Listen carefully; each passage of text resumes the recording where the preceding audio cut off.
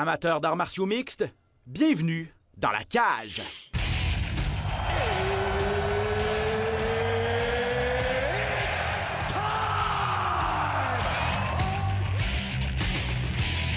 Introducing first, Benoît Baudouin, RDS Info à Las Vegas.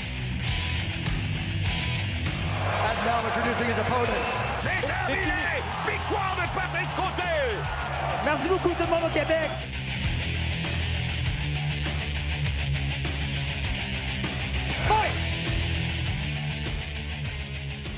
Salut tout le monde, très heureux de vous retrouver pour cet autre épisode de Dans la cage. Qu'est-ce que tu faisais, mon Pat, là? J'attends, oui, j'ai regardé mes notes, mais j'ai pas entendu le jingle. Désolé, c'est de ma faute. Pour vrai? Ok, là, tu m'entends bien au moins? Ouais, je t'entends très bien. Ok, c'est bon. D'habitude, t'es prêt avec le gros sourire Ben pour oui, je commencer, sais. craquer après le jingle.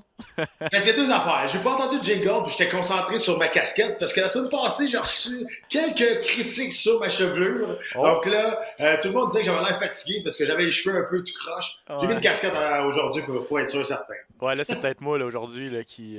j'étais allé freestyle aussi avec les cheveux. En tout cas, écrivez-nous si ça faisait quelque chose, mais bon. L'important, c'est qu'on soit là. Très heureux de te retrouver, mon ami, pour cet autre épisode. Merci à vous tous qui nous écoutez semaine après semaine, ou même si vous êtes là pour la première fois. On est très heureux de vous savoir avec nous. Un bon épisode aujourd'hui. Pas d'invité pour vous. La semaine passée, on avait Michael Dufort et Alex Morgan pour nous parler de Samouraï MMA. Alex Morgan a fait une performance incroyable vendredi passé du côté de l'Olympia. Ça s'est un peu moins bien passé pour Michael Dufort, mais on va faire le tour de ce qui s'est passé du côté de Samouraï. Le grand retour des arts martiaux mixtes au Québec. Pat, c'est une soirée formidable. Très hâte d'en discuter avec toi. Puis, bien sûr, on a fait le UFC ensemble cette semaine à RDS. Pas un gros gala qui va passer à l'histoire, n'est-ce pas? Écoute, 10 décisions sur 11 combats. D'habitude, c'est plus long que ça, par exemple. Je trouve que les combats ont quand même été bons, quand même été bien. Mais c'est sûr qu'on attendait des finishes. C'est pas arrivé souvent. C'est pas arrivé vraiment. Là. C'est juste sur un, avec le combat de Calderwood. Wood, et non pas Calderwood. Wood. On finit par l'avoir, ça va finir par rentrer dans ma tête. Mais avec le combat de Wood. Mais écoute, ça a été, tu sais, ça a été quand même pas si pire pour une carte qu'il n'y a pas eu vraiment de gros des finishes. Oui, exactement. Et puis ça roulait bien en plus. Puis on en parlait durant l'émission, durant une pause. Là. D'habitude, ces galas-là où il y a beaucoup de décisions, c'est interminable. Ça finit à 1h du matin parce qu'entre les combats, il y a vraiment. C'est espacé, tout ça. Mais depuis que c'est à ESPN, ça fait maintenant quoi, 2 ans, peut-être un peu plus. Là, ça roule. Ça roule vraiment plus qu'avant. Ouais, Je pense que ça aide à ce niveau-là aussi. Puis tu sais, Ben, je pense que les dieux des arts martiaux mixtes, ils ont fait payer un peu samedi pour les deux galas d'avant incroyables qu'on a eus. Donc, ils ont dit, OK, on vous en a donné 2 solides avec probablement les 2 meilleurs combats de l'année. À cette heure, ben, regarde, on vous en donnait un petit peu, un plus normal. Ouais, j'ai vu un meme, là. J'ai vu un meme là-dessus, d'ailleurs. C'était quand même assez drôle. Je pense que c'est notre ami Aaron de TSN qui avait mis...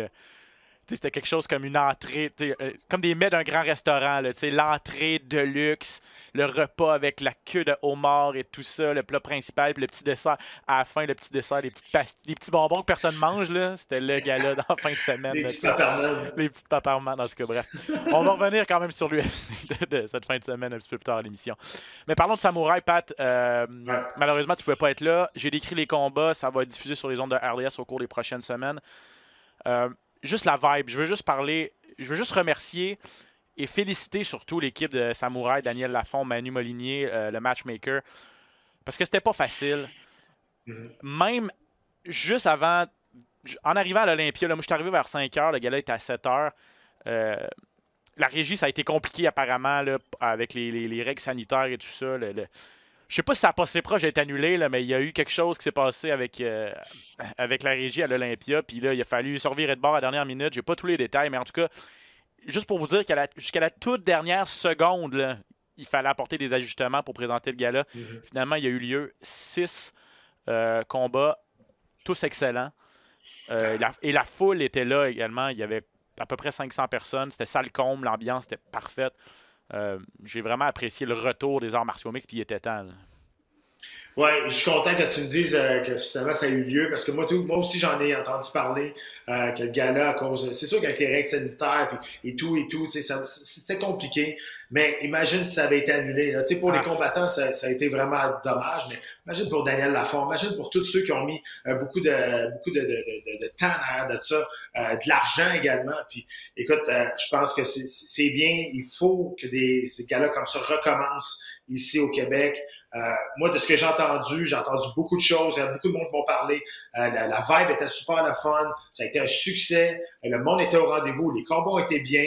On se souviendrait, ils ont perdu 2 combats vraiment à la dernière minute un peu parce que dont Tommy Morrison n'a pas pu se battre à cause du nouveau règlement de la régie. Qu'il faut passer, faut se faire évaluer par un évaluateur. Ouais. La bonne nouvelle là-dedans, c'est qu'on avait parlé que ça arriverait pas avant mars. Ou avril, et ça veut dire que c'est pas avant juin. Vous comprenez ce que je veux dire? Ouais. Mais là, j'ai parlé à Tommy un matin, on s'est vu, il m'a dit qu'en février, il va être capable de se faire évaluer. Et le deuxième gala Samouraï, c'est supposé être en février. Donc, finalement, on a accéléré le processus pour avoir un comité pour évaluer les combattants qui sont 0-0 en martiaux mix professionnels, pardon. Et finalement, on va être capable de donner des combats à ce monde-là qui ont quand même beaucoup de combats amateurs, mais qui ne sont pas reconnus avec la Régie du Québec. Ils t'ont pas demandé de faire partie du comité, finalement? Non, je suis curieux quand même de savoir qui va passer les évaluations. J'espère que c'est quelqu'un. Puis là, je vais faire attention à ce que je vais dire. Là. Je ne veux pas dire que le monde à la régie sont incompétents, mais j'espère que c'est quelqu'un qui va être compétent, qui va connaître les arts martiaux mixtes et non pas un dérivé d'un juge de boxe qui va. Parce que si c'est ça, ben faites-en pas juste d'évaluation. Je veux dire, ça change rien. Je ne sais pas s'ils ont une charte à regarder, je ne sais pas. Écoute, c'est comme ça, mais j'espère que au moins ils vont prendre quelqu'un de crédible pour justement donner une valeur sérieuse à leur évaluation. Oui, je suis entièrement d'accord. Je vais suivre le dossier. Ça m'intrigue aussi de savoir qui va être sur le comité. Pas nécessairement qui va être sur le comité, mais à savoir quels seront les critères, surtout d'évaluation pour donner une licence. Puis je comprends, puis je suis 100% derrière le fait d'être de protéger les athlètes, leur sécurité et tout ça. Je suis pas d'accord avec la façon dont ça s'est fait. On en a parlé à l'émission à la toute dernière seconde, 2 semaines avant le gala. Ah, finalement, vous n'aurez pas votre licence pour ça. Ça sort un petit peu de nulle part. Cette façon, ça, j'ai pas aimé ça. Mais, je veux dire, je peux pas être contre le principe d'évaluer les combattants puis d'assurer la sécurité. Là. Je suis d'accord avec toi. Moi non plus, je suis pas contre le principe. Mais je suis juste exactement comme tu as dit, c'est arrivé comme une balle du chansante. Personne n'était au courant. Tu sais, je veux dire, nous autres, on baigne là-dedans, on n'a pas été courant, mais imagine le promoteur qui avait des combattants là-dessus, t'es pas au courant non plus. Là, ça arrive à la dernière minute, puis on y enlève des combattants, on enlève de l'argent dans ses poches, parce que ces gars-là, ils avaient vendu des billets aussi, là, puis tu sais, le monde voulait le voir, c'est une grosse déception.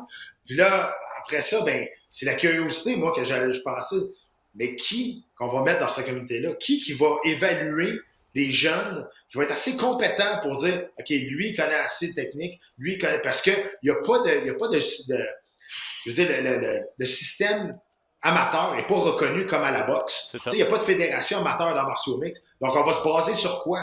Donc, ça prend quelqu'un qui a des bonnes notions. C'est là-dessus qu'on va se baser pour donner l'accréditation à des combattants.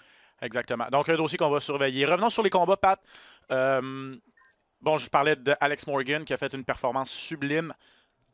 Vraiment une clinique de striking, de combat debout contre Majed Amo, qui était champion, lui, d'une organisation dans l'Ouest canadien. C'est pas compliqué, là, Pat. Ça s'est terminé au 4e round. Alex Morgan a vraiment prouvé qu'il était dans une catégorie supérieure. Il y a juste eu un moment, et je sais pas si tu as vu des faits saillants ou tu en as entendu parler, mais je pense que c'était à la fin du premier ou du 2e round où Alex, pour une raison ou pour une autre, ça allait tellement bien debout. Il avait son adversaire contre la cage. Il allait de frappe et tout ça. Puis à un moment donné, il a décidé de tenter d'amener au sol. Puis il s'est mis dans une guillotine lui-même. Une erreur. Je pense que dans son coin, on a dû lui dire, et je pense même qu'il y avait Ferraz dans son coin, on a dû lui dire, là, c'était peut-être pas la meilleure idée. Puis on s'est posé la question, est-ce qu'il va s'en sortir? Est-ce qu'il va se faire passer une soumission? Finalement, il s'en est sorti, mais vraiment une grosse performance d'Alex Morgan. Là. Ouais, il nous en avait parlé aussi, hein, qu'il y avait la claque pour être capable de terminer le combat. Écoute, des rounds comme ça, il y en a qui vont dire, oh, mais il a quand même gagné au 4e round. Ouais, mais des rounds comme ça, là, c'est juste bon pour l'expérience. Ça nous a démontré encore une fois, comme tu l'as mentionné, qu'il était une coche supérieure. Je veux dire, s'il gagne au premier round avec un gros punch, là, tout le monde va dire, OK, l'autre, il s'est fait surprendre. L'autre, c'était un lucky punch. Mais là, il nous a démontré qu'il était meilleur à part un certain moment dans le combat, mais ça reste un combat. Je veux dire, tu peux tomber dans le trouble, même si tu domines ton adversaire. Mais il nous a démontré que je pense que Alex Morgan est prêt pour passer à un niveau supérieur au niveau des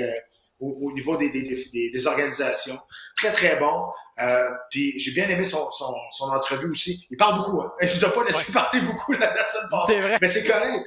C'est facile à passer dans l'entrevue, ces gars-là. Puis c'est le fun parce qu'il y a quelque chose à dire. Puis c'est pas juste « Ah, il pète à la gueule, je suis meilleur que lui. » Tu vois que le gars, il a une école, c'est un bon pédagogue, puis il connaît bien le sport. Pas juste au niveau physique, mais psychologique aussi. Moi, j'ai adoré l'entrevue qu'il nous a donnée la semaine passée. Puis il est capable de livrer la marchandise quand c'était le temps. Puis c'est ça qu'il a fait vendredi. Oui, tout à fait. Puis, je veux dire, Majed Amo avait jamais perdu par KO dans sa carrière. C'est un gars expérimenté quand même. Donc, le fait qu'Alex ait réussi à le mettre hors de combat, c'est quand même un bel accomplissement. Il a dit après le combat, dans son entrevue à la salle, à l'Olympia, il était craqué, là. Il était craqué. Il a dit, je vous l'avais dit, je suis le meilleur 145 livres au Canada, le meilleur poids plume au Canada qui n'est pas à l'UFC. Charles Jourdain est à l'UFC, TJ Laramie est à l'UFC aussi. Ils sont dans cette catégorie de poids-là. Puis là, j'ai vu. Et Morgan a déjà battu TJ Laramie. 2 fois par KO. 2 fois, j'ai vu Alex aujourd'hui, puis tu parlais de passer au prochain niveau. Là, il l'a dit, là, arrêtez, là, je suis trop fort pour la Ligue ici. Là. Puis c'est rien contre Samouraï, là, c'est rien contre l'organisation, mais il veut passer au prochain niveau, c'est-à-dire l'UFC, une organisation majeure, entre guillemets. Puis j'ai vu même aujourd'hui sur ses médias sociaux, il a dit là, il a tagué Dana White, il a dit faut qu'il m'appelle, il faut qu'il me donne ma chance, je suis rendu là dans ma vie. Je suis plus dans les organisations régionales, je dois passer au prochain niveau. Mais là, j'ai le goût de te demander, Pat, qu'est-ce qu'il doit faire? Parce que là, c'est une chose de gagner à Samouraï, c'est une chose de taguer Dana White sur Facebook. Est-ce que ça va être suffisant? Je ne sais pas. Mais qu'est-ce qu'il doit faire, selon toi, pour attirer l'attention de l'organisation si ce n'est pas déjà fait? Mais lui, il a fait ce qu'il avait à faire. Okay. J'imagine qu'il y a un gérant, j'imagine qu'il y a une équipe autour de lui. Et j'imagine, il y a Tristar qui a quand même un poids dans la balance, qui est connu, qui a beaucoup de combattants dans l'organisation. On peut utiliser Tristar comme marchandise aussi pour négocier quelque chose. Il faut que l'équipe autour de lui l'aide aussi. Tu viens du Tristar, puis tu as déjà des combattants qui sont au Tristar. Tu peux utiliser ça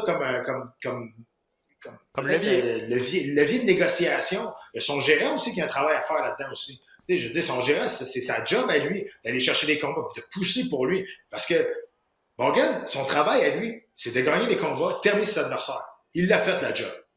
Fait que là, il faut qu'il se fasse aider. Il faut qu'il se fasse aider du monde qui sont autour de lui. Lui, il ne peut pas faire grand-chose d'autre que de gagner ses combats de la façon qu'il gagne. Là. Donc, lui, il a fait la job. À cette heure, c'est gérant, j'imagine qu'il y en a un, je ne sais pas c'est qui, mais c'est à son gérant maintenant et à son équipe de l'aide. Oui, tout à fait. Puis, si jamais ça ne fonctionnait pas, pour une raison ou pour une autre, il est supposé avoir un autre Samouraï au mois de février. Fin février, c'est la date, c'est la période qu'on a fixée pour le prochain gala Samouraï. S'il n'a pas eu de combat avec l'UFC ou une autre organisation, est-ce qu'on va lui demander encore de faire la finale? Là, puis là, contre qui? C'est ça la grosse question aussi, parce que là, comme il nous disait en entrevue, ça a été difficile de trouver un adversaire potentiel. Ouais. Ce qui est bon pour lui, là, présentement, c'est que tu regardes dans le contender présentement, là, il y a eu beaucoup de Canadiens qui ont été invités quand même. Le Contender Series, oui. Là, c'est ça que j'ai dit? Ben oui, tu as dit Contender, mais oui.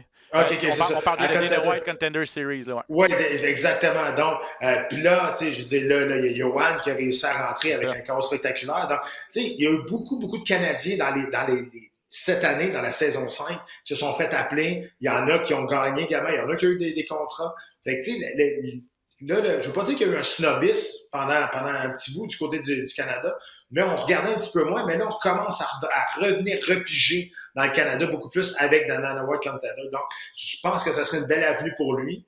Le problème de Morgan, c'est qu'il n'est pas sur une séquence de victoire très, très longue non plus. Donc, c'est ça son plus. Son épine, présentement, dans le pied, c'est ça. C'est sa séquence de victoire, qui est à 2, je pense. Ouais, exact. Fait que c'est pas... C'est dur de rentrer directement dans le gros show avec juste 2 victoires, à moins qu'il remplace à la dernière minute. Ça se pourrait. Sauf que ce que je vois présentement avec Dana White Contender, on appelle beaucoup de Canadiens. Ça pourrait être une option intéressante pour lui. Mais encore une fois, il a fait la job. Il a fait ce qu'il avait à faire. Et puis, là, il ne peut pas faire grand-chose. Il ne peut pas commencer à envoyer promener tout le monde pour avoir des challenges puis commencer à foutre la merde sur les réseaux sociaux. Là, si c'est pas ça sa nature, ça va sonner faux de toute façon. Puis ça veut pas dire que ça va marcher non plus. Fait que là, Star, c'est son équipe de l'aide. Ouais, sauf erreur, le problème aussi, un des problèmes aussi, c'est que Contender Series, c'est l'été. Donc, la saison 5 vient de finir. J'imagine que ça ira pas avant l'été prochain. Je pense qu'il est un petit peu plus pressé que ça, Alex Morgan. Mais comme tu as dit, il a fait le travail. Superbe performance. Victoire par KO technique contre Majed Amo au 4e round. Ça s'est moins bien passé pour Michael Dufort. Malheureusement pour lui, se battait pour la ceinture à 160 livres contre Cal Prepolek, un adversaire ultra durable. On va lui donner ça. Un gars... Ouais. On a vu que l'expérience de Prepolek a payé.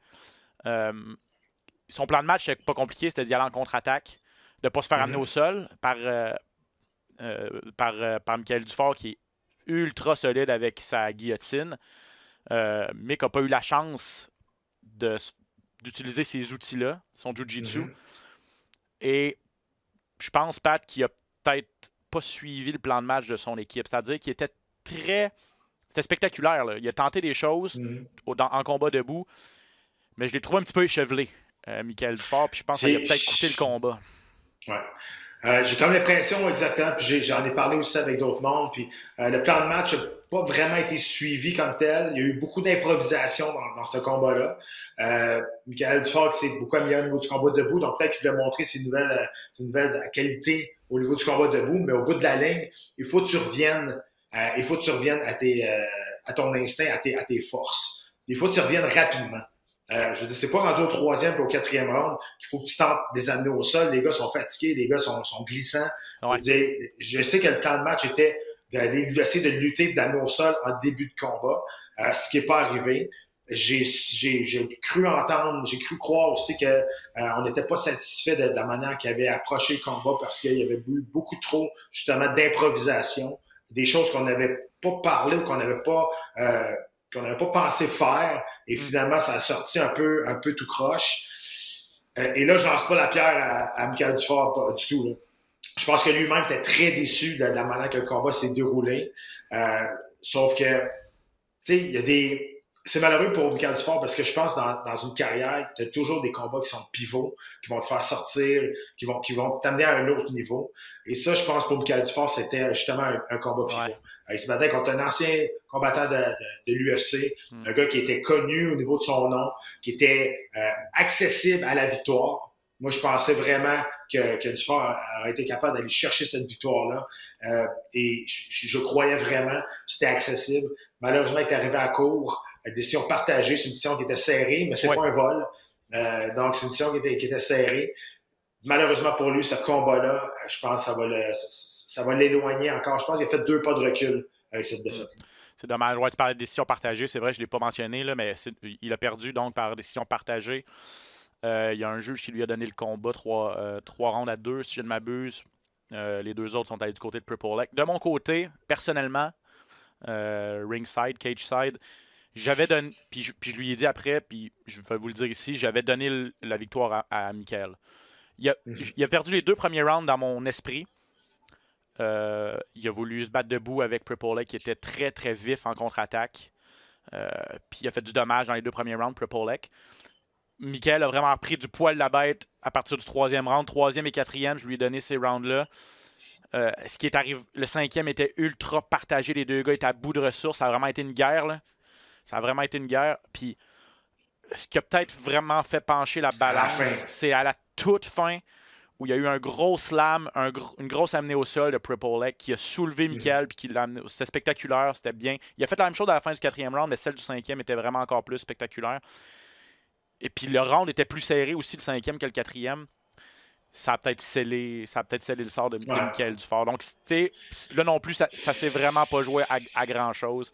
Puis Mick, il était vraiment, vraiment déçu. Puis ouais, en tout cas, j'espère que ce ne sera pas un trop gros pas de recul. Personnellement, j'irai avec une revanche. Là. Si Prepolek est intéressé... Téléphone, Pat? Non, c'est pas... Prepolek, s'il est intéressé à faire une revanche avec Mick Dufort au mois de février, pourquoi pas? Comme je vous dis, c'était ultra serré. Puis je pense que tu connais l'entourage de Michael. Je pense qu'on va aller faire nos devoirs de leur côté aussi. Hein. Oui, mais je pense que Michael est assez. Il a les yeux assez ouverts pour voir ce qu'il n'a pas fait de correct. Je ne veux pas trop rentrer dans les détails, mais j'ai su que ce qui s'est passé après le combat aussi. Il était très, très, très déçu. Donc, c'est sûr que c'est quelque chose qu'il va falloir qu'il mette de côté puis pas qu'il l'oublie, qu'il apprenne de ce combat-là, mais il ne faut pas que ça vienne le hanter non plus. Non. Il faut qu'il mette ça dans une case d'apprentissage et non pas de hantise. Si j'avais gagné ce combat-là, je serais ailleurs. Ça, il ne faut pas qu'il rentre là-dedans. Il faut qu'il rentre plus dans une petite boîte, mettre ça à côté et dire OK, ça, j'ai pas fait ça correct, ça, j'ai pas fait ça correct. Mais il ne faut pas qu'il rentre dans le si j'avais gagné, si j'avais fait, si je serais rendu, parce que là, ça finira plus. On va vouloir reparler on va leur reparler de toute façon à Mick et à Alex pour revenir sur leur combat. Je voulais laisser un peu de temps à Michael là, aussi après la défaite, tout ça, mais puis j'ai hâte de l'avoir en entrevue à tête vraiment reposée dans 2-3 semaines après le combat pour justement voir comment il va approcher la suite des choses. Parce que c'est ça, c'est une chose de perdre, de façon crève-cœur comme ça, mais de voir comment puis à regarder ses médias sociaux, je pense qu'il y a la bonne attitude, là, tu viens de le dire. Utiliser ça comme tremplin, utiliser ça comme façon d'apprendre. Puis j'ai hâte de lui parler pour voir justement comment il va se relever de cette situation-là. Rapidement, les autres résultats, Strania Gavrilovic qui a battu Jonathan Bosuku, un Français, par KO. C'était spectaculaire. Gavrilovic, laisse personne indifférent, Pat. C'est tout un personnage. Il s'est présenté là avec ses cheveux mauves. Ça a duré 49 secondes. C'est pas compliqué. Il a complètement détruit son adversaire. Il a eu sa licence, son permis à quoi, même pas une semaine d'avis. C'était dans les jours précédents le combat. On a appris qu'il avait pu se battre. On connaît tous les démêlés qu'il a eu avec la justice au cours des dernières années. Je sais pas qu'est-ce que tu penses de Strania Gavrilovic. Qu'est-ce que tu penses de son... pas qu'est-ce que tu penses de lui, mais qu'est-ce que tu penses de lui comme combattant, en fait. Puis est-ce que c'est un gars qui peut dépasser la scène régionale? Puis peut-être juste vous dire, il a mis au défi Steve Bossé. Là. Fait que je pense que lui, il a sa tête sur des gros combats locaux. Steve, ça fait un bout qu'on ne l'a pas vu. Je pense qu'il est ailleurs là, à suivre. Qu'est-ce que tu en penses? Écoute, non, on va oublier ça tout de suite. Là. Je pense pas que Steve va revenir à la compétition pour Strania. Écoute, on savait que c'était quoi le style de Strania. C'est beaucoup de violence, ça va par en avant, c'est un peu tout croche. Puis, tu sais, c'est ça. C'est tout le temps comme ça. Oui, il donne un bon spectacle, mais est-ce que tu penses qu'il peut aller... Est-ce que moi, je pense qu'il peut aller plus haut que dans d'autres organisations puis devenir vraiment une force? J'ai des doutes, honnêtement. Mais écoute, pour donner un spectacle, ben, c'est sûr que tu mets dans un combat puis le monde va être moins satisfait de ce qu'il va donner. Ah, puis tu sais, je pense que il était une des vedettes locales. Tu sais, les Québécois qui se battaient, les vedettes québécoises qui se battaient en fin de semaine ont tous reçu un accueil incroyable, la foule. Mais tu sais, on dirait que quand... Je pense que Strania, c'est le genre de gars qui a sa base de partisans. C'était le cas avec TKO, je pense, la gang de ses amis de Sherbrooke, c'est la gang de Sherbrooke qui le suivent depuis un certain temps, qui se déplacent pour lui, puis c'est un showman. Absolument. C'était beau à voir, puis c'était le fun de le voir de retour, puis je lisais sur son parcours. Bon, sans entrer dans les détails, tout ça, on sait qu'il a fait des choses par le passé dont lui-même n'est pas fier, ça c'est sûr. Tente de vouloir de revenir sur le droit chemin, donc il faut lui donner la chance. de revenir sur le droit chemin. Il a fait de la prison. Il semble qu'il est sobre même aujourd'hui. Il a eu des problèmes de consommation et tout ça. Sa conjointe est enceinte ou vient d'avoir un bébé en plus. Je pense qu'il vient d'avoir un bébé. Donc, bref. S'il peut remettre sa carrière sur les rails, avoir du plaisir, avoir des gros combats, puis du donner en spectacle tout en restant sur le droit chemin, bonne chance à lui. Mais c'est un pas dans la bonne direction pour ce qu'il a fait samedi. Dans les autres victoires, rapidement, Frédéric Duprat, qui a été expéditif par étranglement triangulaire contre Patrick Connors. Un protégé du H2O, Frédéric Duprat, s'est pas battu en quoi, 3-4 ans. J'aime bien Frédéric. Je le connais pas personnellement, mais j'aime bien. Ça a l'air d'être un bon kid. Puis, je trouve qu'il y a des belles qualités au niveau du jeu au sol. C'est un gars on pas ça qui est slick. Il est capable d'aller chercher plein de choses de façon très sournoise. Moi, je l'aime beaucoup en tant que... Comme je dis, je le connais pas personnellement, mais je l'ai rencontré 2-3 fois. Puis ça a l'air d'être un bon kid avec la tête à bonne place. Oui, effectivement. Puis c'était une belle soumission. Il était contre la cage. Tout ça, il n'y avait pas beaucoup d'espace pour travailler. Puis il a réussi quand même à faire taper son adversaire. Donc c'était bien. Puis il y a eu également Maxime Poulain. Maxime Poulain, protégé du Tristar Ferraz Zahabi, qui a fait une bouchée de Guillaume Fortier, qui revenait, lui, 11 ans. Ça faisait 11 ans qu'il ne s'était pas battu, imagine. Je ne sais pas si on va le revoir, Guillaume Fortier, mais Maxime Poulain, le Carcajou, qui était trop fort pour la Ligue, passé une soumission rapide et puis a eu sa ceinture noire après son combat de Ferraz Zahabi. Ça, c'est toujours des moments incroyables, recevoir des ceintures noires, surtout après une victoire comme ça. Là. Mais surtout après une soumission. Je veux dire, des fois, je trouve ça bizarre. Des fois, on va au UFC, les gars, ils gagnent par knockout, puis là, ils leur donnent une ceinture noire de jiu-jitsu brésilien. Ça fait pas de sens, ça. Mais après une soumission, oui, puis je suis content pour lui. Je veux dire, ceinture noire, c'est un accomplissement d'une vie. C'est long d'avoir une ceinture noire de jiu-jitsu brésilien. Puis je veux pas dénigrer les autres arts martiaux, mais il reste que. On dirait que la ceinture noire de jiu-jitsu brésilien, il faut que tu travailles vraiment fort pour l'avoir. C'est pas une question de juste connaître les techniques. C'est une question de performance, c'est une question d'être assidu aux entraînements, d'être assidu dans les connaissances. Puis félicitations pour ça. Toi, t'es ceinture quoi déjà? Rappelle-moi. Ceinture noire en jiu-jitsu. T'es ceinture noire aussi? Non, en fait.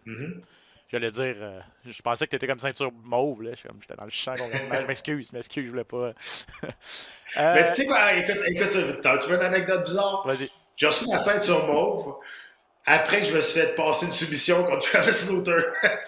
Wow, OK. Ça, c'est encore plus bizarre, ça. Okay. Ça, c'est encore... Dans l'affaire, c'est que après mon combat contre Travis Slaughter, une semaine après, il y avait le passage de ceinture, puis il y avait un gros examen, puis on est allé... J'étais supposé de recevoir ma ceinture mauve de toute façon, mais finalement, c'est parce que je m'étais battu une semaine avant, je m'étais fait passer une soumission par Travis Slaughter, qui était ceinture noire dans ce temps-là, mais il est encore aujourd'hui. Mais ça aussi, c'est assez bizarre. Ouais, des fois, une question de timing. Au moins, c'était pas dans l'octogone, là, c'est ça. Non, c'est ça. Et finalement, Pierre Tivierge, protégé de Lévis-Labrie, qui a gagné par décision unanime contre Yassine Nasri. Lui devait se battre contre Tommy Morrison. D'ailleurs, Tommy l'avait déjà battu, Pierre, chez les amateurs. Bref, je pense que ça, c'est un combat qu'on risque de revoir dans les prochaines semaines. Là. Si Tommy peut avoir sa licence, là, ce qu'il devrait avoir. Ouais, écoute, là-dessus, on n'est pas trop inquiet là, pour que Tommy ait sa licence. Là. Il reste juste une question de logistique. Là. Mais oui, j'aimerais bien ça pour ce combat-là. Les deux se connaissent bien. Ils sont déjà battus en amateur. Début professionnel pour Tommy contre un adversaire qui est 2-0 en combat professionnel. Ça va donner une chance à Tivierge aussi de venger sa défaite. Moi, j'ai bien aimé. J'ai vu quelques faits saillants de ce combat-là. J'ai bien aimé la lutte de Tivierge. J'ai fait des belles transitions de single leg, double leg. J'ai trouvé que c'est beaucoup amélioré au niveau de sa lutte. Puis, oui, c'est un combat que j'aimerais vraiment voir ça.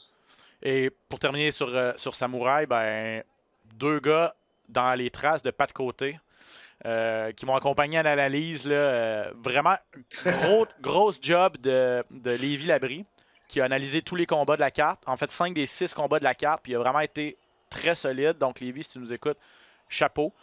Puis, à pied levé, Lévis nous est arrivé au début du gala, puis il a dit là, je peux pas analyser le combat de Pierre, parce que c'est son coach. C'est pas son coach en chef. Il avait donné ce mandat-là à Richard, parce qu'il était beaucoup avec Johan. Il était absent pour une longue période avec Johan quand vous étiez allés à Las Vegas ensemble. Donc, c'était Richard qui était le coach en chef, mais il se dit je me sens me sens pas à l'aise d'analyser le combat de Pierre. Tu sais, c'est mon élève, je le connais trop. Tout ça. Puis je veux être là, je veux vivre le combat à 100%. Tout ça. Fait que qu'est-ce qu'on a fait? On a demandé à Johan qui était là pour venir regarder le combat à pied levé.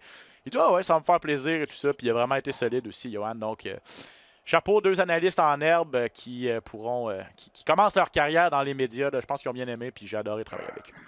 Il me reste encore 2 ans, mon contrat, là, calmez-vous. Ouais, c'est ça. Ben là, 2 ans, puis en tout cas, j'espère aussi que tu vas essayer de re-signer. Mais bon. Ben ça, ben oui, c'est ça. Ouais, c'est ça. C'est un autre débat. UFC, Pat, en fin de semaine. Caitlin Vieira contre Miesha Tate. C'était le gala principal, le combat principal du gala qu'on vous présentait sur les ondes de RDS 2. Caitlin Vieira qui l'a emporté par décision unanime. Elle l'a pas volé. Non. Elle l'a pas volé, mais on se disait que si elle pouvait battre Miesha Tate, un gros nom, ça pouvait peut-être la propulser vers autre chose. Et j'ai pas l'impression, malgré la victoire, qu'elle fera un gros pas vers l'avant. Et on a vu vraiment que, on le savait déjà, mais qu'il y a une méga coche entre Amanda Nunes et les autres femmes à 135 livres. Ah, c'est jour puis la nuit. Puis honnêtement, samedi, je me suis retenu parce que on est à la télé, puis le monde nous écoute, puis ils veulent pas juste m'entendre chialer. Mais si je peux le faire un peu, Miesha Tate, elle n'est pas meilleure qu'avant. Je veux dire, je sais pas qui a fait croire qu'elle était rendue une boxeuse. Je sais pas qui a fait croire qu'elle était rendue bonne debout. Elle est pire qu'avant. Je veux dire, c'était pas chic, là. Je veux dire, sa technique de boxe avec sa main tout le temps en avant, aucun transfert de poids, qu'elle lance une carte postale à 3 fois qu'elle lance un coup là, pour son adversaire. Je veux dire, je sais pas qui a fait à croire ou elle-même, ça pense que c'est une bonne boxeuse, mais ça n'a jamais été ça, puis ça ne l'est pas plus aujourd'hui. Puis au niveau de la lutte, je ne sais pas qu'est-ce qui est arrivé, parce qu'avant, elle a amené Oleon au sol, elle a amené plein de monde au sol. Et, tu sais, avant, c'était correct. Là, elle a complètement laissé ça de côté. Les 3 premières rounds, elle n'a pas essayé une fois d'amener Vieira au sol. Vieira, je comprends, c'est une ceinture noire toulousaine, mais elle, c'est sa force, elle est dessus, le ground and pound.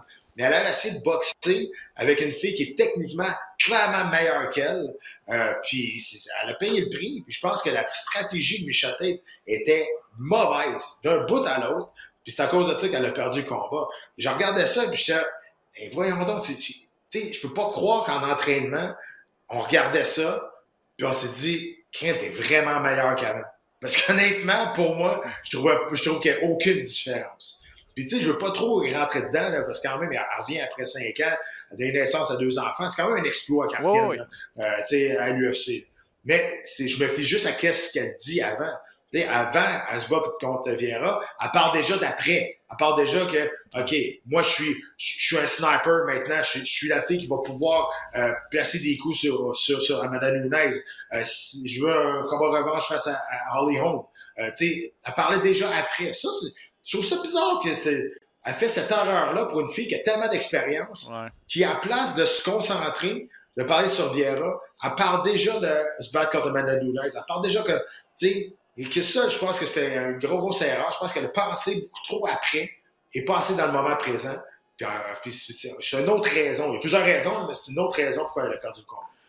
Ben, clairement, on a fait de la promotion du gala autour de ça, autour du fait que Miesha Tate, sa tentative de reconquête du titre, c'était juste de ça qu'on parlait.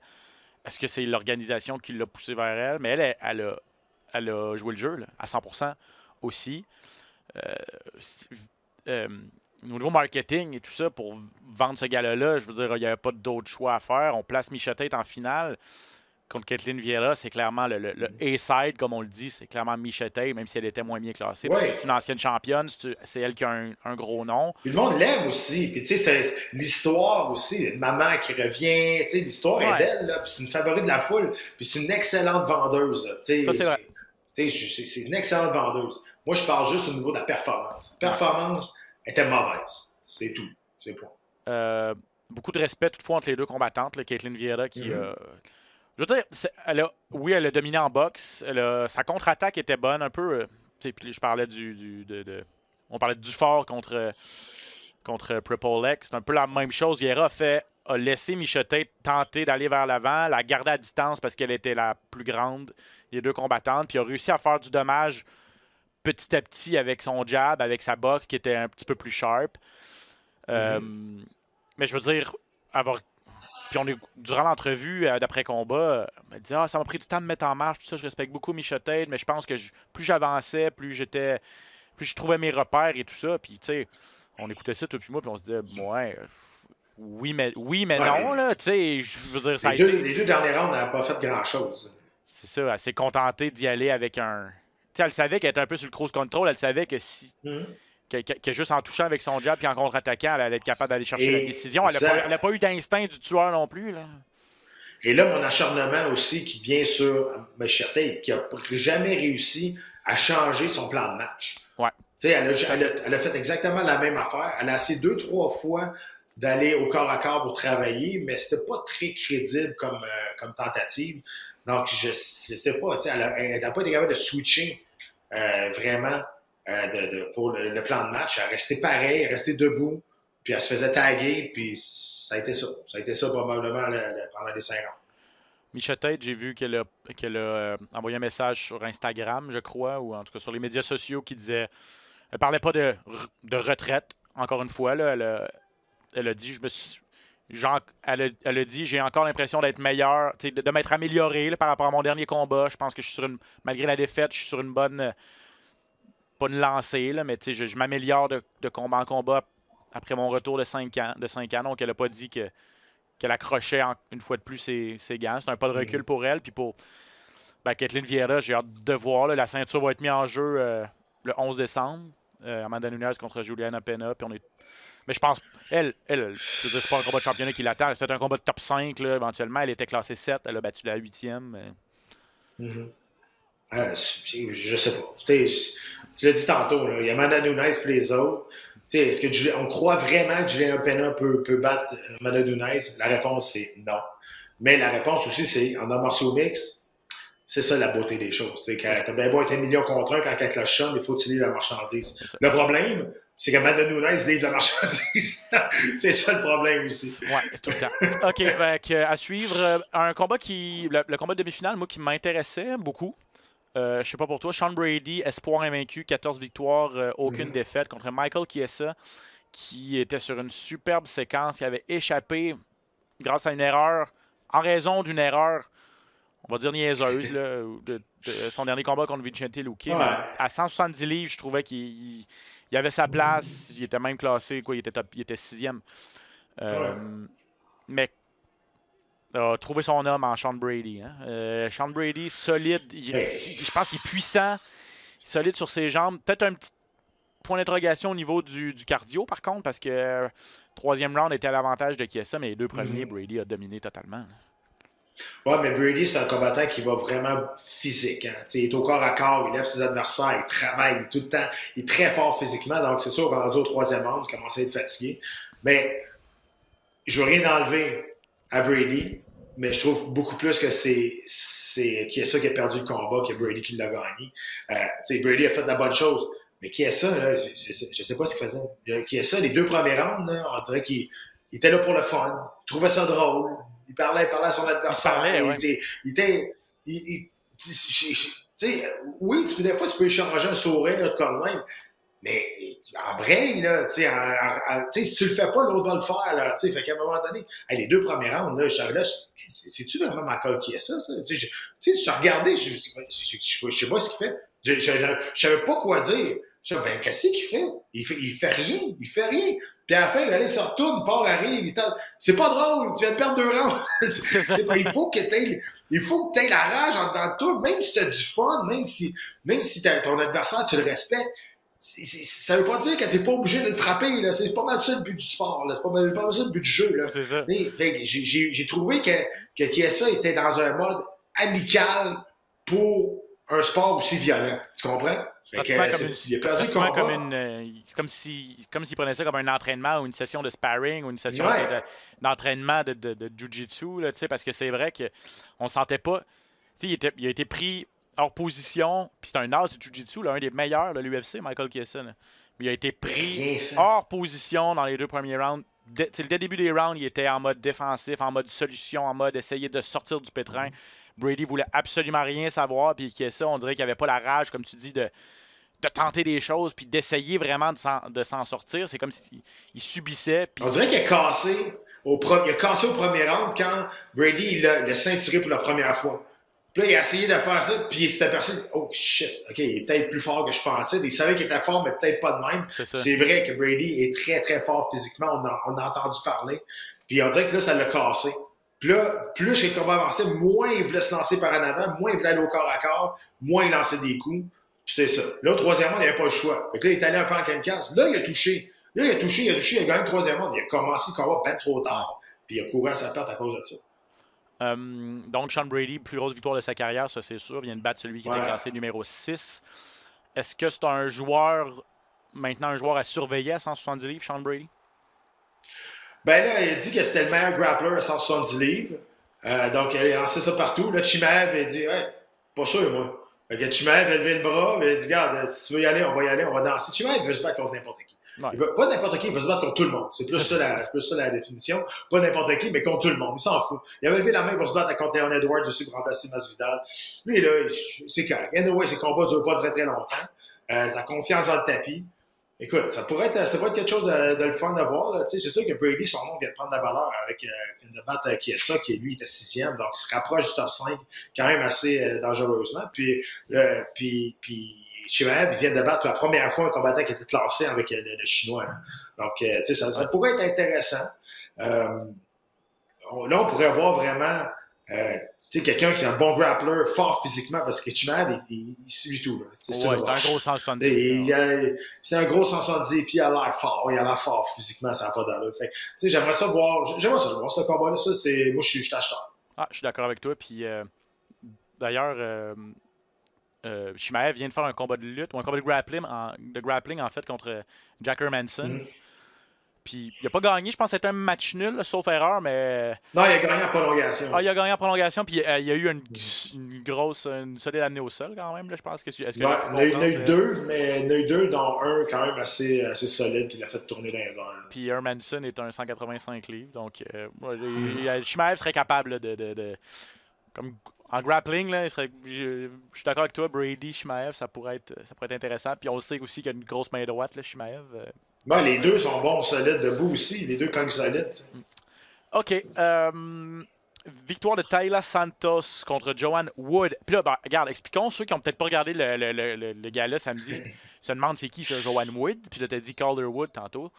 Oui, c'est Jojo Calderwood, qu'on connaît, qui est une vétérane de l'UFC, qui est là depuis plusieurs longtemps, l'Écossaise, qui s'est battue notamment contre Valérie Letourneau. Et elle n'a pas juste décidé de couper la moitié de son nom de famille. Là. Oubliez ça. En voulant s'appeler Joanne Wood, elle s'est mariée avec son coach de Syndicate MMA, le coach en chef du gymnase à Las Vegas, John Wood. Donc, elle a pris le nom de son conjoint. Puis là, ce qui était fascinant aussi, c'est qu'elle s'est mariée en plein camp d'entraînement pour son combat de cette fin de semaine contre Taila Santos. Elle s'est mariée, je pense, le 30 octobre ou le 31 octobre. Et là, je ne sais pas si c'est ça qui explique qu'elle a fait une contre-performance. Elle s'est fait passer une soumission par la Brésilienne Santos. Une solide à part ça. Ça a été le seul finish du gala. Bref, gros pas de recul pour Joanne Wood qui était dans le top 5. Puis la plus grosse victoire probablement de la carrière de Santos. Ouais, deuxième défaite de suite pour Wood. Écoute, ça a été... C'était pas debout, là, ça allait quand même bien pour les deux. C'était assez égal. Mais à terre, ça a été une clinique. Là. Vraiment, ça n'a pas été très, très compliqué pour son adversaire. Il faut dire que... Elle s'est fait sonner. C'est ça, c'est fait sonner. Santos a sonné Joanne Wood avec une grosse... Il y a eu une première grosse combinaison. Après ça, Jojo est allé au sol, a essayé de retrouver ses esprits. Ça a été correct. On est de retour debout. La deuxième combinaison a sonné le glas. Puis ça s'est terminé en étranglement arrière par la suite.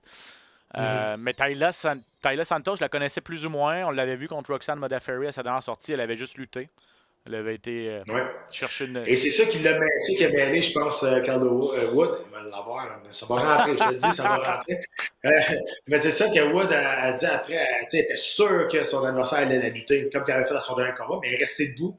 ça l'a comme peut-être dérangé dans son plan de match, puis elle n'a pas été capable justement de tourner sa vision de son plan de match vis-à-vis de celle de son adversaire, puis ça l'a dérangé, c'est ce qu'elle a dit. Oui, exactement. Donc, c'est ça, hein, les arts martiaux mixtes, c'est ça. Il faut que tu trouves une façon de surprendre ton adversaire. Les rendus à ce niveau-là, tous les combattants se connaissent quand même bien. On sait c'est quoi les forces et faiblesses des autres. Fait que le but, c'est d'arriver au combat et surprendre ton adversaire sur quelque chose qui ne s'attend pas. C'est ça la nerf de la guerre. Pour Joanne Wood, donc deuxième défaite consécutive. Ça faisait un certain temps que ça ne lui était pas arrivé. Puis c'est le contraire pour Santos, qui, elle, est 19-1 dans sa carrière. 4 victoires consécutives. Elle vient de battre la numéro 5. Et là, je regardais les classements à 125 livres chez les poids mouches féminins. Andrade, il y a la championne Shevchenko, bien sûr. Andrade est classé numéro 1. Chookagian, numéro 2. Lauren Murphy, numéro 3. Jennifer Maia, numéro 4. Et là, tu portes à croire que ça va peut-être être Santos qui va être numéro 5 ou 6. Là. Mais ces 4 filles-là ont perdu de façon assez décisive contre la championne Shevchenko, qui elle, fait le ménage total de sa division. À la lumière de ce que tu as vu samedi, Pat, est-ce que Taila Santos est prête pour affronter la grande championne? On n'est jamais vraiment prêt, je pense. Ouais, c'est ça. On y va par élimination. Elle a battu les 4 premières, mais là, on va aller à l'autre. Ça va être ça. Je veux dire, on y va par élimination, puis on va voir ce qui va arriver. Mais rappelez-vous hein, que Wood elle se battait elle était supposée battre au championnat du monde, puis elle voulait rester active, elle s'est battue contre Jennifer Maia, puis elle a perdu ce combat-là. Des décisions dans une carrière, tout ce que tu regrettes.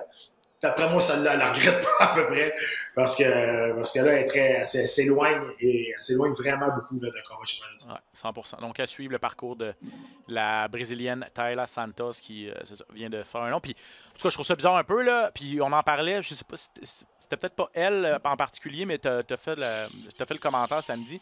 Elle n'a pas voulu lancer le défi à personne. Elle a dit « J'ai quelqu'un en tête, mais je ne veux pas vous le dire tout de suite. » Puis tu as dit le samedi soir que tu trouvais ça un peu niaiseux parce que c'est l'occasion idéale de mousser ta candidature pour un gros combat, de créer des histoires et tout ça. Puis tu comprends pas, toi, que les combattants ne sautent pas sur l'occasion. Non, exact. Tu as un nom en tête. Dis-le, tu donnes la vitrine, il donne l'occasion. Il donne le micro. C'est pas sur tes réseaux sociaux, ça va passer dans le bar. Ça, on s'en fout. Puis il y a plein de monde qui regarde la UFC qui ne suivent pas ces réseaux sociaux. Là. Fait que, il te donne l'occasion. Si tu veux caler quelqu'un, tu n'es pas obligé de l'envoyer promener. Là. Mais prends l'occasion qu'on te donne. La lumière est sur toi. Prends-la. Si tu veux caler quelqu'un, c'est là. Puis l'UFC sont écœurés du monde qui disent moi, je vais me battre contre le gars ou la fille qui est en avant de moi, ça me dérange pas. Là, les matchmakers sont même OK, c'est correct. Ils ont besoin de jeu, les matchmakers. Ils ont besoin de créer une histoire pour faire sortir les combattants puis pour les bâtir, pour devenir des stars. Si t'es plate, meilleur exemple, c'est Leon Edwards. T'es plate, ben t'as pas de combat de championnat du monde. Même si tout le monde sait qu'il en mérite un. Puis là, à cette heure, Leon Edwards, depuis 2 ans, là, il est un petit peu plus vocal. Il fait un peu plus de trash talk. Mais tout le monde, là, on sait que là, c'est comme désespéré parce qu'il n'a jamais fait ça avant. Fait que ça passe un peu moins bien. Mais quand tu as l'occasion, il te le donne, le micro. Il dit OK, tu veux-tu quelqu'un qui tu vas affronter? Là, au pire, il a dit quelqu'un du top 5, quelqu'un là, nomme 2, 3 noms, mais sans dire que c'est les insulter ou quoi de même. Il faut que tu fasses ça. Avec le sport d'aujourd'hui, gagner n'est pas juste et pas assez pour devenir une superstar. Pour faire de l'argent. Gagner pas assez. Je pense que c'est Sean Brady ça me revient, là, c'est Sean Brady qui avait en demi-finale pas voulu nommer de nom. Puis c'est pas parce qu'il n'a pas essayé. Là, comme il n'a pas arrêté. Ça. Je pense qu'il voulait qu'il nomme Chimaev. Comme, là, t'es sûr? Là? Peut-être. T'es sûr? Là? Puis là, 3 fois à peu près. En tout cas, bref. Sean Brady a dit non, n'importe qui. Bref. Dernier combat, Pat, rapido, on va parler de Yanez contre Davy Grant. Adrian Yanez qui est rapide, qui lentement mais sûrement est en train de se devenir un nom à surveiller dans la catégorie des 135 livres parce que il y avait eu des bonnies de performance à chacun de ses 3 premiers combats à l'UFC. Ça a été pas mal plus compliqué pour lui cette fois-ci. Contre Davy Grant, ça a été une décision. Il a gagné par décision partagée. Grant n'était pas très content. Au moins, les 2 gars sont revenus, ont gagné 50 000 $. D'ailleurs, il y a juste eu 2. On vous parlait de la carte qui n'était pas super excitante. Là. Il y a juste eu 2 bonnies offerts. Un à Santos qui a fini Wood au premier round. Ouais, ça me dérange. qui n'a pas eu de 50 000, Ça me plus que 50 000, plus que 3 bonus. Ah, mais donnez donc 100 000 à Santos. T'sais, vous êtes supposé en donner 4 de toute façon. Mais pourquoi en garder un? Là? Il y en a juste un qui a fait une performance à la soirée. Ben, donnez-y le bonus de spare qui reste. T'sais, pourquoi ils sont pas à 50 000 piastres près? Ah, Christino. Moi, ça m'a dérangé. Ah ouais, Je veux dire, puis c'est un problème. Ce qui me dérange, là, c'est pas l'espèce de le fait de l'argent. C'est qu'à tous les 3 mois, il y a une nouvelle qui sort, puis qui disent qu'ils ont eu leur meilleur trimestre à vie, l'UFC. Ils ont fait 875 millions de revenus, le meilleur trimestre à vie. Après ça, un autre meilleur trimestre à vie. Puis là, ils sont gratteux sur un boni qu'ils sont supposés de le donner de toute façon, qui était supposé de le donner, mais là, il y en a un qui n'est pas donné parce qu'ils n'ont pas trouvé quelqu'un d'autre. Ben, ne dénonce ce bonus-là, c'est la seule qui a réussi à faire un finish. Tu sais, 50 000 $ pour ce monde-là, là, ça change une vie aussi. 100%. Puis là, elle aurait pu avoir 100 000 $. Mais moi, ça me dérange. Moi, il aurait dû, je comprends pas pourquoi on lui a pas donné les 2 bonus de performance. Ça aurait fait quoi, là? Ça aurait, en tout cas, moi, ça m'a dérangé. J'ai fait, t'es-tu sérieux? Tu poses d'en donner 4? Non. On va en donner juste 3, on va garder 50 000 $, ça va mettre du gaz dans notre jet privé. Non, mais tu vois, c'est ça qui me dérange là-dedans. J'adore le pas de côté passionné comme ça qui prend le côté des fighters. Mais c'est un bon point. J'avais même pas réalisé ça. Je me suis dit, il y a personne d'autre qui. Je suis d'accord, il y a personne d'autre qui le méritait. Un boni. Mais t'as raison. Pourquoi pas le donner à Santos? C'est elle qui a donné le show. C'est la seule qui a réussi à donner le show un finish. Et Yanez et Grant qui ont donné un bon combat. Ça a été une guerre. Yanez qui a fini ça avec une méchante oreille. Je pense qu'il a commencé à la vider d'ailleurs. Mais tu sais, rapido, là, je pense qu'il y a. Yanez qui disait avant le combat, je suis le meilleur boxeur à 135 livres, je suis meilleur que TJ Dillashaw, tout ça. Je pense qu'on vient de comprendre qu'il y a des croûtes à manger. Et puis, je l'ai expliqué pendant le combat, je ne sais pas si tu t'en souviens. Puis j'ai été très dur avec Yanez. Puis ceux qui sont des fans de Yanez, ils étaient fâchés après moi, je m'excuse. Mais l'affaire, c'est que j'ai pas dit qu'il était pas bon. Moi aussi, je trouve que c'est un excellent boxeur. Mais il est très pareil tout le temps. Tu sais, tu regardes TJ Dillashaw, ça vient de partout, à gauche, à droite, il change de bord, c'est un bon lutteur, au sol, il est bon sur le ground and pound, il est capable de se relever, mais il est pas mal plus complet. Tu sais, tu regardes Yanez, il est très, très bon, mais il reste que ses attaques sont tout le temps pareilles. Il est pas capable de faire d'autres choses pour surprendre son adversaire. Puis quand tu vas commencer à te battre contre des adversaires qui ont beaucoup d'expérience, les meilleurs au monde, ils vont voir ta game tout de suite. Fait que ton setup que tu fais là, à toutes les fois, en dedans de 3 minutes, ils vont comprendre exactement c'est tout le temps ça que tu fais, puis ils sont bien de la misère à toucher la cible.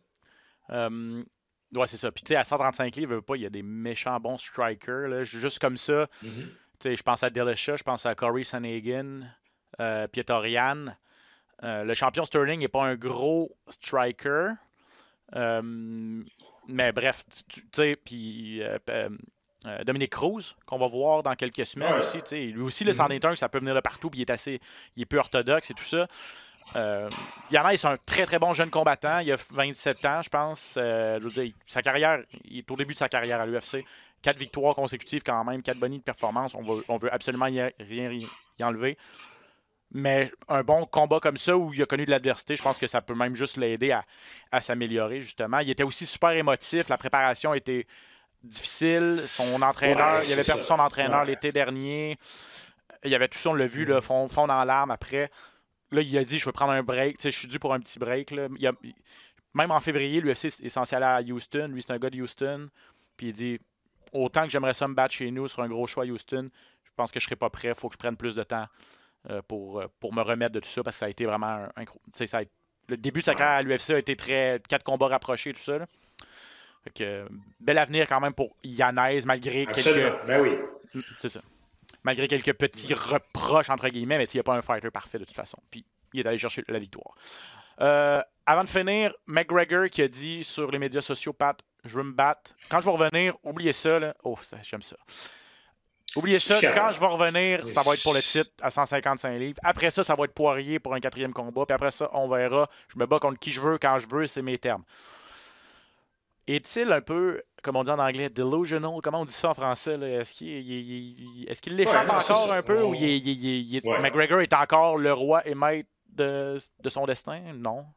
Non, son étoile est très pâlie, beaucoup. Son étoile est vraiment, vraiment beaucoup pâlie. Je pense que c'est encore un gros moneymaker, quand même. Quand ils vont revenir, le monde va payer pour le voir. Mais est-ce que sa puissance de star, de superstar, est encore élevée comme avant? Absolument pas. On a vu que son discours perdait beaucoup de valeur à son dernier combat. Son trash talk, son trash talk BS, honnêtement, là, c'était pas du bon Conor McGregor à son dernier combat. C'était du Conor McGregor genre réchauffé. Non, ça sonne pas bien. Ouais. On voit que c'était forcé. Avant, c'était naturel. Là, on voit que c'était forcé. Il essayait de revenir comme avant, mais ça marchait. On voyait que c'était du gros fake, du gros jeu. Avant, ça sortait, c'était naturel. Puis, moi, j'ai pas cru à son trash talk le dernier combat. Puis, honnêtement, un combat contre Poirier, un 4e, moi, je pense que ça va être très dur à vendre. Ça sera pas facile à vendre, ce combat-là, parce que je pense que Poirier va passer à travers encore une fois. Ouais, c'est ça. Je pense qu'il l'a dans la tête. Écoute, je sais pas. Puis, honnêtement, là, je vois pas comment l'UFC pourrait justifier de mettre Conor McGregor dans le combat de championnat du monde en revenant. C'est ça. Ça fait pas de sens. Il y a tellement... Surtout pas. Mais non. Surtout pas chez cette catégorie de poids-là. Ça n'a pas de bon sens. Chez les 155 livres, oublie ça. La division est ben trop packed, est ben trop stacked. Il y a ben trop des bons combats qu'on peut faire avec Conor à 155 livres avant de passer à un combat de championnat du monde. 100%. Ça serait... écoute, j'ai de la misère à comprendre... j'ai pas de misère à comprendre ce qu'il fait, là, parce qu'il a tout le temps fait ça. Mais oui, delusional, c'est exactement le bon mot que tu peux prendre. Moi, le combat que je veux voir, c'est Holloway contre McGregor à 155 livres. J'aimerais ça.